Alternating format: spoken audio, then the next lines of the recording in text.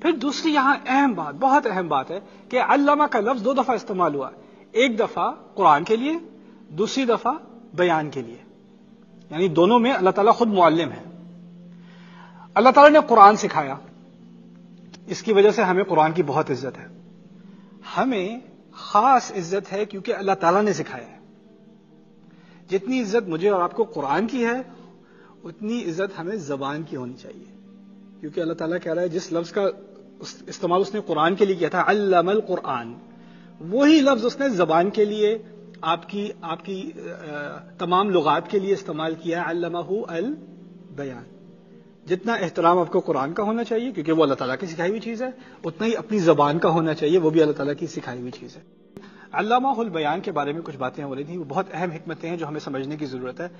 کہ میں نے کہا تھا کہ جس طرح ہمیں قرآن کا ایک رتبہ ہے ہمارے دل میں، اس کا ایک مقام ہے، اس کی ایک عزت ہے، اسی طرح ہمیں اپنی زبان کی بھی عزت کرنی ہے۔ جو تحفہ اللہ تعالیٰ نے آپ کو دیا ہے زبان کا، اس کا کیا مطلب ہے؟ انسان گالی نہ دے، وہ اس زبان کی توہین ہے۔ جس زبان سے تم قرآن نکالتے ہو اس زبان سے گندے الفاظ نکالو گے۔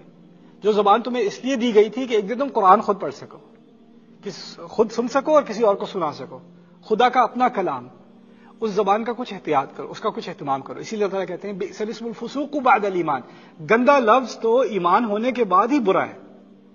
گندا لفظ، گندا کام نہیں، گندا لفظ، گندا اسم، وہ چھوڑ دو اپنی زبان سے۔ عادت پڑ جاتی ہے، انسان غصے میں آتا ہے گندی گندی گالیاں نکال دیتا ہے منہ سے، سوچتا بھی نہیں ہے۔ اللہ تعالیٰ فرما رہے ہیں کہ یہ بھی ایک پہلے بھی کہا تھا نا کہ انسان دوسرے انسان کو تکلیف دینے کے لیے پٹائی کم، الفاظ زیادہ تکلیف دہ ہوتے ہیں۔